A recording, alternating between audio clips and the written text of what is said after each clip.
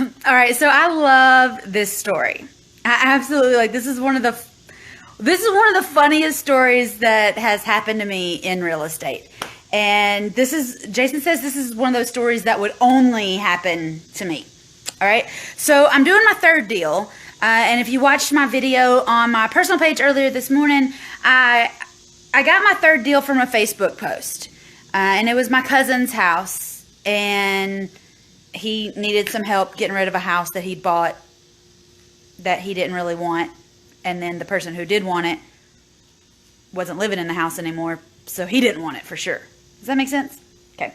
So I'm at this house and I'm investing all my money that I made for my first deal into this deal. And I'm over there every day with Lonnie and with the painters and with the crew. And I'm working. I mean, I'm in like overalls, covered in paint, hair up. I skipped my manicure for like 2 weeks, which is, I mean, unheard of.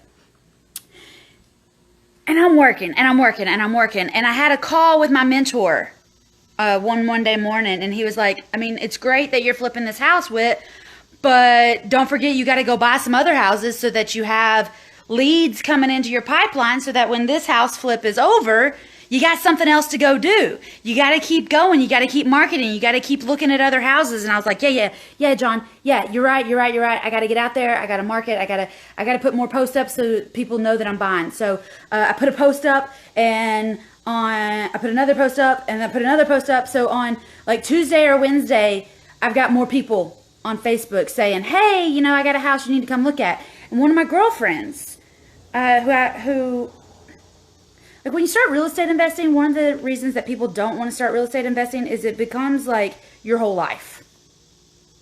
You get absolutely obsessed with it.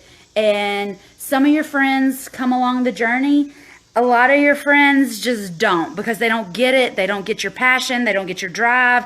They just don't get it. So I had a girlfriend and just through life, we hadn't talked in like a year. You know, because I've been doing this real estate thing. She'd been doing the married thing. I was doing more real estate things. She started doing the baby thing. And we just hadn't talked. Until I put this post up that said, you know, I'm looking for more houses. I'm looking for more houses. And she was like, hey, Whit, I'm going to do that divorced thing. And I got to get rid of my house. Will you come look at it for me? And I was like, hate that, but yes, I'll be right over. So when I said I'll be right over, what I meant was I'll be there tomorrow at 6. Because I was thinking, you know, I could work at the house until like 4, go home, take a shower, get pretty, be at her house at 6. Well, if you've ever flipped a house, you know what happened is I got to the house, I got to the job site, I started working.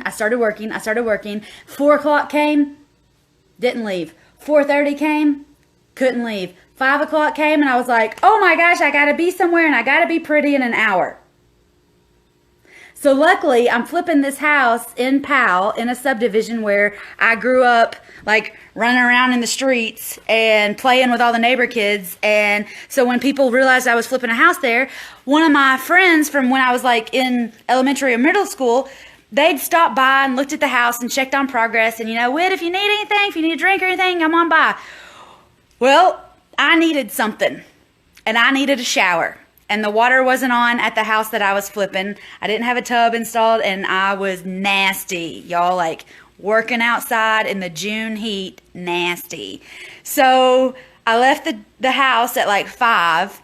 I drove over, which is like just 2 streets over in the same subdivision.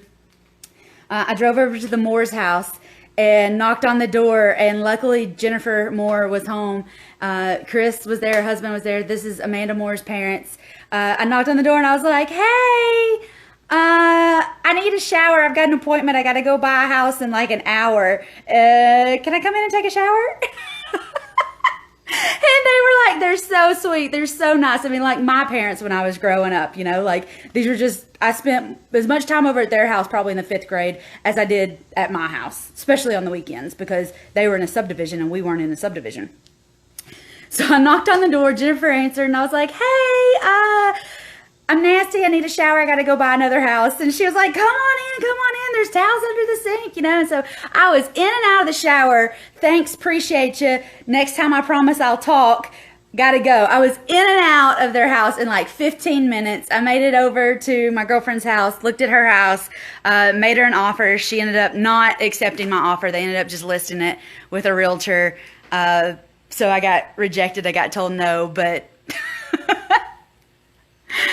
I'll never forget that. And the Moores will probably never forget me busting in and needing a shower real quick. And then busting back out and like calling them in 6 months and being like, hey, thanks.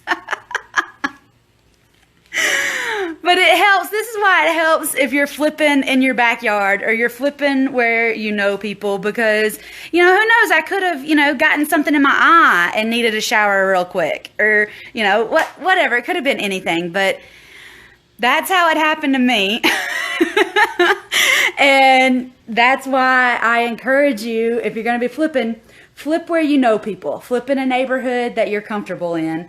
Maybe not a neighborhood that you're comfortable running around naked in exactly, but, you know, where you know people who will open the door and help take care of you when you need something. Maybe that's that Southern hospitality. Maybe it's because I practically grew up at their house. Maybe it's just luck again. But I made it all work. I could have canceled my appointment with my girlfriend.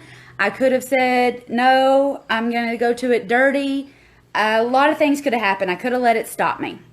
But I didn't. I kept going. I got a story. I got a lesson. I got memories out of it, if nothing else. Hey, Mom! You caught the end, so you'll have to tune back in. If y'all have any questions, let me know. Definitely keep going.